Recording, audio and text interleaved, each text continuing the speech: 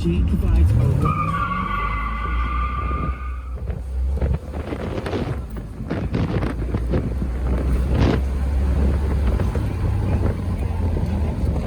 Hey, how's everyone doing?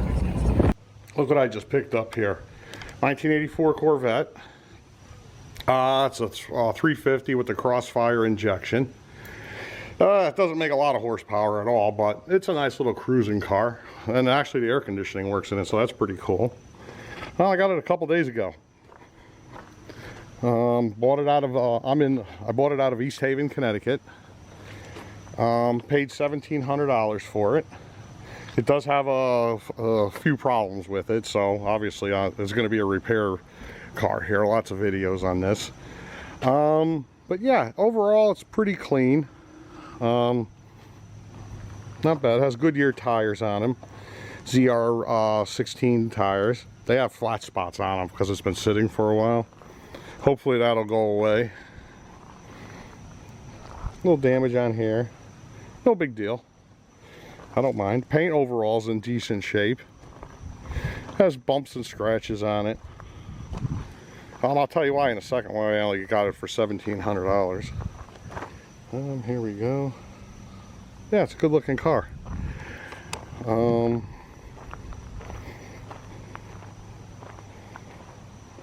Yeah, not bad. Someone put an aftermarket exhaust on it. Has some damage right there. Damage right here. That's okay. We'll touch it up. Maybe smooth it in and touch it up. We'll see how it goes. The interior's in pretty good condition. It's all wet in here because I just got done washing it and I didn't put the target tops in the back. But if you lift up the glass, it's separated from it. So that needs to be fixed. But overall, not bad shape. Let's walk around.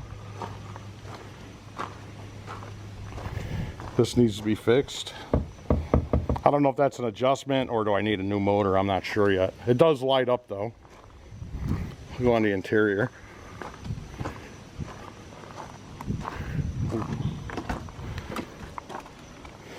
You can see a lot of water's been leaking in it.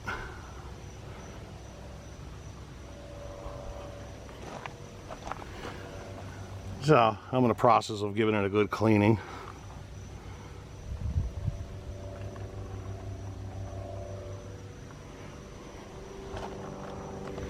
Here's the interior.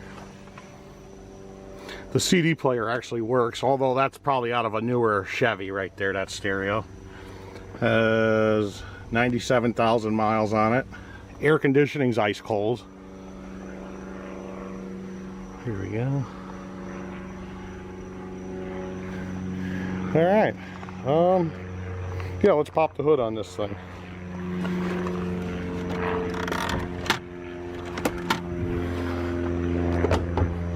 Alright. Yeah, I just got done washing it. Okay, the trouble starts under here. It's having a problem overheating. Here goes the fan. The fan's not coming on when it's supposed to. It only comes on when the air conditioning's on. But it was still overheating with the fan on and the AC on. Somebody was monkeying around with it. It looks like they put that's the fan relay right there, and someone has a bunch of different wires on it. Here goes the fan sensor. That's not a factory wire. Water pump. Looks like it was probably changed within the past couple of years or so. I actually put another new thermostat in it. There's nothing wrong with the other thermostat, but I put a failsafe from Napa. So basically what we did was, I took everything apart, drained everything, hosed out the radiator and the condenser on this thing. Took the thermostat off the engine, filled the block up with coolant, then put the thermostat back on, filled it up with radiator fluid, turned it on, drove it around and everything, and it's still overheated. Then this happened, I repeated this process probably 5-10 times. Well, maybe not that long, maybe 3-4 times I should say, of trying to bleed the system. Eventually I went down and bought a one of those purge, radiator purge coolant purge system things. It was like 40 bucks. It's basically a big bucket right about here with a tube that goes in with a radiator cap specifically designed for doing that. We let it run, gave it some throttle, and it looked like it purged out a whole bunch of air.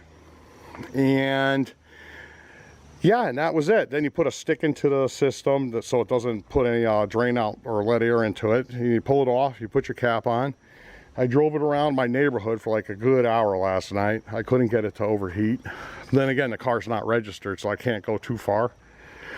So, yeah, then the next day today, I just drove it up from Milford, Connecticut to Shelton, Connecticut. And it didn't overheat or anything. It still smells like antifreeze when you're driving it, but I'm thinking because all the antifreeze got splashed all over the place. So I'm not convinced it's actually it's actually fixed yet. I won't know until I get it registered to know if it's still going to overheat. I would say the radiator needs replacing, that's for sure. If you look over here, the heater core has already been changed, so I don't have to worry about that. Put a new radiator on it, put a new water pump on it if it starts overheating again, and we'll go from there. Needs an oil change. It needs a tune-up pretty bad. Transmission fluid needs to be changed. It's more black than red now. Both power windows work, but they're real slow, so I got to get the 2 new power window regulators for this thing. What else? The door locks, all they do is spin. They don't open or close anything, unlock or unlock it. What else we got to do here as I'm going around? I already ordered a new gas cap because this was all filled up. It's got water in it again, it's not draining. This was just filled up with garbage. So there's a drain right here. I poked it out, let all the stuff drain. I just cleaned it up pretty good right now. This cap is kind of crappy, so I ordered one of those. What else? I ordered a new air filter. There was actually either a mouse or something was living in here. There was algae or moss growing on the air filter in this thing. So yeah, I cleaned it off as best I can. I called local stores, no one had it, so I ordered one. What else? The top over here, the target top, that's why it's not on, is separated. I ordered the proper window shop glue for this last night, so that should be in by the end of the week, and I'm gonna have to scrape all the old glue and everything off and remount this, so that's gonna be fun. Let's see. So yeah, it needs the locks fixed. These power windows need to be fixed. The tires have flat spots from sitting, and that really sucks on this. You know, these are nice Goodyear Eagle HP ZR rated. Hopefully I can get them to smooth out or something. We'll see. I have to drive it. On regular roads it's fine. It's just on the highway she's pretty bouncy. So that needs to be fixed. Yeah, so basically you need a new radiator, new water pump on this thing, a complete tune-up, oil change, transmission fluid change, 2 new window regulators, and the cluster doesn't work on the dashboard. It doesn't light up, but at certain angles you could see the numbers bouncing if you're sitting in the passenger seat with sunglasses on. So it just doesn't light up. I got to order one of these. So, you know, there's 400 bucks. Like a lot of my buddies were saying, oh, you got a pretty good deal for $1,700. And to be honest with you, when you factor in, so far I got 200 bucks into it just by buying the purge, the water purge system and a battery. I had to put a new battery in it, but that was from Walmart. Antifreeze, thermostat, and who knows what else. It's about 200 bucks there. The gauge cluster is going to be between 300 and 400. Radiator 200, water pump another 80. And I still haven't gone through the brakes yet. The tune-up cost, transmission fluid cost. So when you add it all up, that $1,700 just turned into, you know, probably $2,800, $3,000, and it's probably worth somewhere around, I would say, anywhere between $3,000 to $6,000. Depends, you know, the prices are just high right now. And honestly, I don't think anyone's buying these cars for $5,000–6,000. They're listed, but I don't think who's buying them for that. I wouldn't. So who knows? So in the end, I'm probably going to have into it what it's exactly worth. You know, once if I have to go buy tires, then there you go. There's $800 right there. The AC works, the heat works, all that. The power driver seat doesn't move back or forth, but it does go up and down and all that, so that's okay. I can live with that. It's all the way back too. Has a newer aftermarket exhaust on it. Actually sounds pretty good. Yeah. And that's it. I mean, it needs a little bit of work. It needs some love in here. Power locks. I have to work on the locks, get new cylinders. Who knows? The stereo works okay. None of the gauges work, so we said that. Target top needs repairing, tune up. So yeah, overall it's a pretty decent car. It just needs a lot of little TLC, a lot of little love, you know.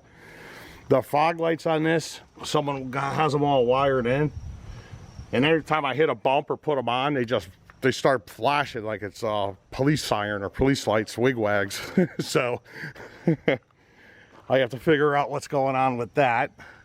And then I still have to figure out how to wire up the fan here. Like I said, someone was already in here. That's the fan relay right there. And there, someone put some wires on it. There goes the fan temperature sensor right there. That's not the factory harness either. So what I'm thinking of doing is just wiring them up so it's on as soon as you turn the key and off when you shut the key off. So we'll see. I'm just going to clean it up today, detail it, pull it in the garage. And as I get parts in the mail, I'll start working on it, you know. Yeah, so we can leave it like that for right now. Actually, you know what? I'll give it a start. Let me go grab the keys. They're in the garage, so I'll be right back. Bye. All right, let's start it up.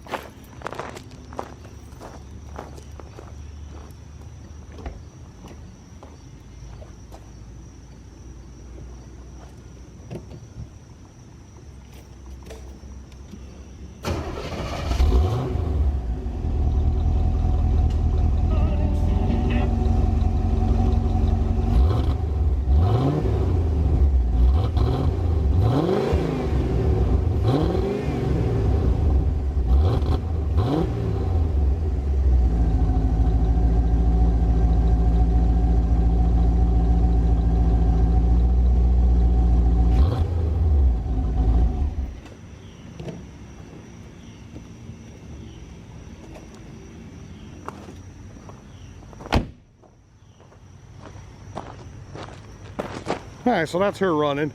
Like I said, it needs a tune-up. It's all breaking up. Probably has a ton of water in the gas too from that cap. So yeah, I'm gonna get in the garage. I'm gonna start vacuuming it out and doing stuff like that. Get it nice and clean. So I'll update in a little bit. All right, bye-bye. I think that's it for now. I'm gonna end the video right now. And the only reason why I'm not giving it finishing the detailing on the thing is I think I'm coming down with a cold here or something here, sore throat. I don't know what the hell the heck it is. But I got her washed. I have the vacuuming done. I can barely talk, my throat hurts. But here you go. It's all vacuumed in. So yeah, let's end the video right here because it's long enough. And yeah, when I get it all, hopefully I can get back at this in another day or two, and then we'll finish it off. All right, thanks a lot. Bye-bye.